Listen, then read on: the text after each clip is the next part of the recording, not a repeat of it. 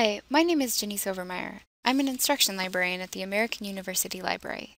In this tutorial, I'm going to introduce you to a simple research strategy that will help you in this project and in many projects to come. This strategy will help you decide which keywords to use when you're researching your topic. If you have any questions about the tutorial, the research process, or you need help finding sources, you can reach me via the email address on the screen. Think of keywords as keys that open the door to the body of research on your topic. When academics say the body of research, they just mean all of the scholarly information that's available on your topic. I introduced the topic of keywords in the pre-search tutorial. Now we're going to expand it. So what makes good keywords so important? A database or search engine only searches for exactly what you tell it to search for. So it's extremely important for you to put some thought into your keywords.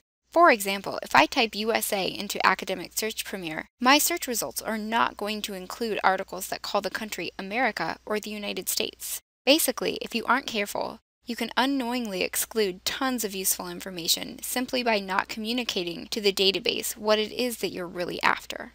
I'm going to teach you a simple method to help you decide which terms to use. We're going to break down my example research topic into concepts. Keep in mind that my example is fairly straightforward, so I only need to break it into 3 concepts.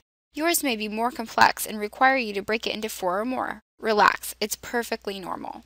The concept number 1 terms are terms about the topic itself, and synonyms are alternate phrases for the topic. Let's say I plan to research millennials and the perception of race in America. Millennials would be my first concept, since it's the central topic that I'm researching. I find it useful to draw myself a chart to keep my terms organized. I put my original term, or phrase, in this case millennials, on top. Then I brainstorm a list of synonyms or alternate phrases based on the things that I found during my pre-search on the bottom. Let's talk about the other concepts.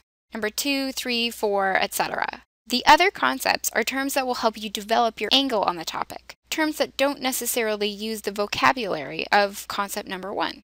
So in this case, concept number 2 term is perception. Here's what my chart looks like for perception. I used a thesaurus and observations from my pre-search reading on the subject to help me generate these words.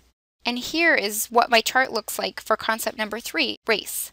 I didn't include a separate one for American because you probably get it by now. Here's what our chart looks like all together. Pretty sophisticated, right?